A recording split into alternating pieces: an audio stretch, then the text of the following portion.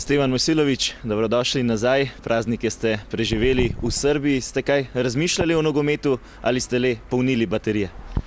Pa naravno sam razmišljao o nogometu svaki dan, ali dobro je prijela i pauza i evo, jedva sam dočekao, konačno krećemo, dobro je.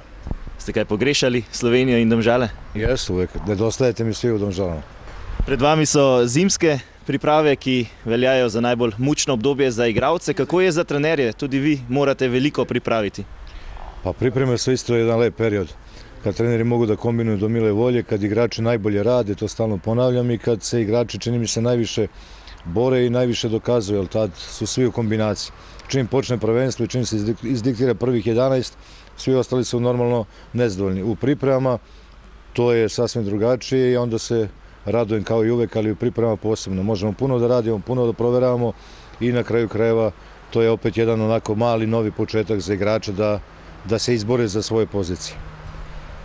75 treningov v 50 dneh, 5 prijateljskih tekem. Nekateri bi rekli malce malo, da bi dobro uigrali ekipo, ampak že poleti ste dokazali, da je to čisto dovolj. Pa mi možemo da radimo i 3 puta dnevno po sat vremena, ali pošto ćemo raditi 2 puta dnevno po 2 sata, imat ćemo efektivno mnogo više vremena, tako da je to sve stvar za diskusiju i za analizu. Biće više nego dovoljno, ne dovoljno, nego biće zaista jako puno rada, jer taj rad koji radimo je efektivan, a što se tiče tih kontrolnih utakmica, bit će još nekih, ali to će biti i utakmice sa ekipama iz druge, treće lige ovde preko nedelje.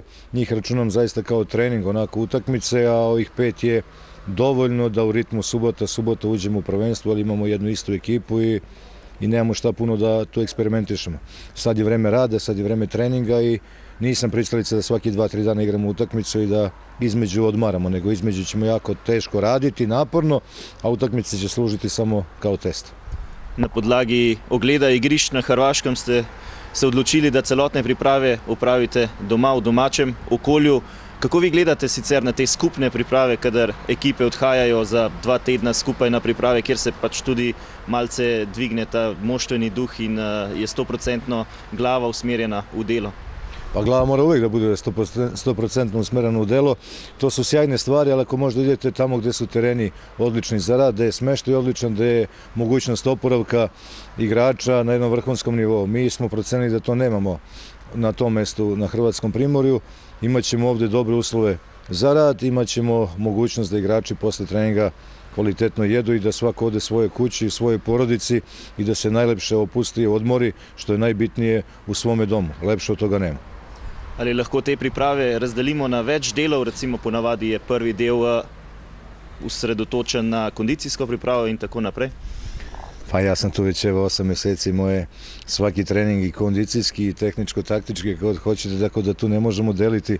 Fudbal svaki put čim potrčite za loptom već se radi na kondiciji, tako. Fudbal ne možemo igrati kao onaj ručni stoni fudbal da stojimo pa da vrtimo one ručke. Znači, nema deljenja, naravno, bit će delova sa jačim radom, sa većim obimom, sa većim intenzitetom, sa manjim, ali to su sad neke, onako da kažem, finese. Radi se od prvog minuta, evo, bit ćete svedoci, kao što je bilo i leto sa loptom. Odmah ulazimo u tehničko-taktičke igre, odmah ulazimo u neke zahteve. Naravno, malo možda ovih prvih 3-4 dana uz testiranja koja će biti malo možda lakše, ali sve je to pitanje. Ne verujem baš da će biti lakše, jer kad igrači vide loptu i kad krenu da rade, oni rade 100%. Imate prvega novinca, Grka Karisa Kostakisa, levonogi zvezni nogometaš, to ste že poleti iskali, kot je dejal športni direktor. Da, pa dobro, klub je našao tog igrača, napravili su kombinaciju i sad je na njemu da pokaže da je neka dodatna vrednost. Ja se nadam da to tako jeste i s obzirom na ono gde je igrao, prva Liga Grčke i tako dalje, sve ono što piše u njegovom CV-u, trebalo bi da predstavlja jednu dodatnu vrednost, a nama je svaki igrač koji hoće da se uklopi u naš sistem rada i da tako dobro radi, dobrodošao. Kaj si najbolj želite od ekipe v spomladanskem delu prvenstva?